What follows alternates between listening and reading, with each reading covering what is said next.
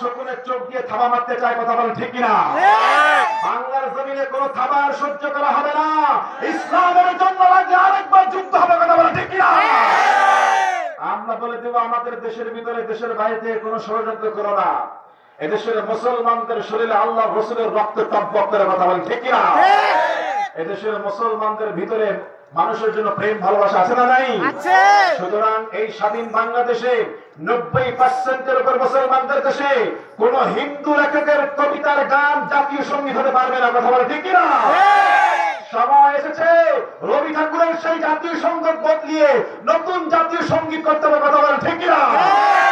এই আওয়াজ এবারই প্রথম না, স্বাধীনতার পর থেকে আওয়াজ চলছে, এবারেই প্রথম না। এই জাতীয় সঙ্গীতের বিরুদ্ধে কথা বলেছেন যুগে যুগে আলেম ওলামারা, মুসলমানরা কথা বলেছেন। আল্লামা সাঈদ রাহিমাহুল্লাহ কথা বলেছেন, শাইখুল হাদিস আল্লামা আজিজুল হক রাহিমাহুল্লাহ কথা বলেছেন, মুফতি আমিনী রাহিমাহুল্লাহ। বলা হলো কেন আপনারা জাতীয় সঙ্গীতের বিরোধিতা করেন? বলা হয়েছে যে গান মসজিদে চলে না, যে গান মাদ্রাসা চলে না, সেই গান মুসলমানদের গান হইতে পারে না, কথা বলে ঠিক কিনা? আবার এই গানের মধ্যে গান বাজনা তবলা যন্ত্র আছে না নাই? কোন বাদ্যযন্ত্রের সাথে ইসলামের কোন সম্পর্ক? কোন সম্পর্ক? এবং এই গানের মধ্যে রয়েছে শিরক। এই গানের মধ্যে কি আছে? এই গানের মধ্যে শিরক রয়েছে। গানটা লেখা হয়েছে 1905 সালে। কত সালে?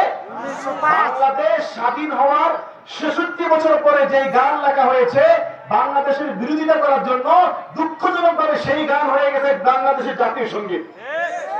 1905 সালে বঙ্গভঙ্গ রদ করা হয়েছিল। বঙ্গভঙ্গ বুঝছেন নাই মনে হয়? আগে পশ্চিম বাংলার পূর্ব বাংলা এক ছিল। তো 1905 সালে এই পূর্ব বাংলাকে পশ্চিম বাংলা থেকে, পশ্চিম বাংলা হলো ভারতের কলকাতা, পশ্চিম বাংলা থেকে পূর্ব বাংলাকে আলাদা করা হয়। এই জন্য যে পূর্ব বাংলাকে আলাদা করে আলাদা একটা শহরের মর্যাদা দিয়ে এখানকার সুযোগ সুবিধা বৃদ্ধি করা হবে। এটা কি ভালো ছিল না খারাপ ছিল? অর্থাৎ পূর্ব বাংলার বাংলাদেশ এই ভূখণ্ডের মানুষ যেন সুযোগ সুবিধা বেশি পায়, তখন এটাকে বঙ্গভঙ্গ করা হয়। 1905 সালে যখন এই বঙ্গভঙ্গ করা হয়, সর্বপ্রথম এই বঙ্গভঙ্গের বিরুদ্ধে হিন্দুদের যে সভা কলকাতায় হয়, সেই সভার সভাপতিত্ব করে রবীন্দ্রনাথ ঠাকুর। আর এই বঙ্গভঙ্গকে বিরোধিতা করে যে গান লেখে আমার সোনার বাংলা, সেই গান হয়ে গেছে মুসলমানদের জাতীয় সঙ্গীত। বলে নাউজুবিল্লাহ। যে গান বাংলার বিরোধিতা করে লেখা হয়েছে, সেই গান মুসলমানদের জাতীয় সঙ্গীত হতে পারে না, কথা বলে ঠিক কিনা?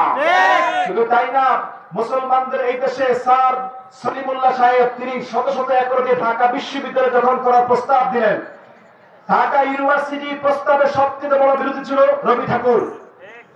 রবি ঠাকুর এই গানের সুর সে চুরি করেছে। নোবেল প্রাইজে যে গীতাঞ্জলি দিয়ে, সেই গীতাঞ্জলি পুরোটাই মস্তবসে নকল করা। সেই হিন্দু চেতনায় লেগেছে একটা দেশের জাতীয় সঙ্গীত থাকবে, সেটার মধ্যে আপনার তেজ থাকবে।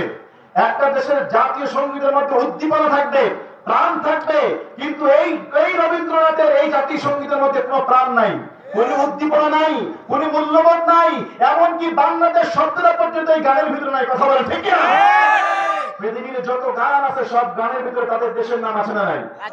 বাংলাদেশের এই যে আমার সোনার বাংলা, এখানে বাংলাদেশের নাম আছে নাই। এবং তারা হিন্দু বানায়, এই তার হিন্দু চেতনায় সে গানটা গিয়েছে।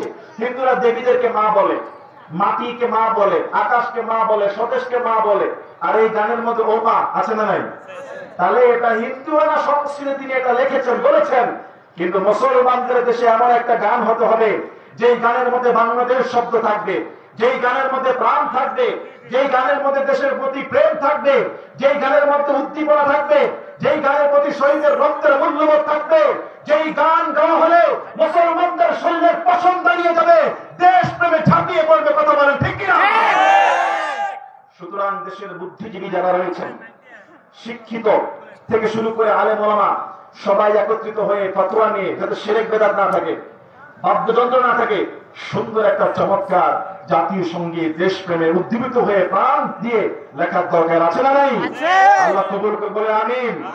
এখন আর সেই দিন নাই যে দিনে লুকায় লুকায় নামাজ পড়তে হয়, কথা বলেন ঠিক না? রাসূল বলেছেন যেই দেশের শাসক হয় নারী, সেই দেশের মানুষ কখনো সফল কাম হতে পারে না। নারী চলে গিয়েছে, আমরা পুরুষ শাসকের আন্ডারে, আলহামদুলিল্লাহ বলবেন না? আলহামদুলিল্লাহ। ডক্টর ইউনূসের আন্ডারে আমাদের দেশ, পুরুষ শাসক আসা মাত্র কি উপকার হয়েছে? গত এক মাসে শুনলে আপনি আশ্চর্য হয়ে যাবেন। যে মেট্রো রেল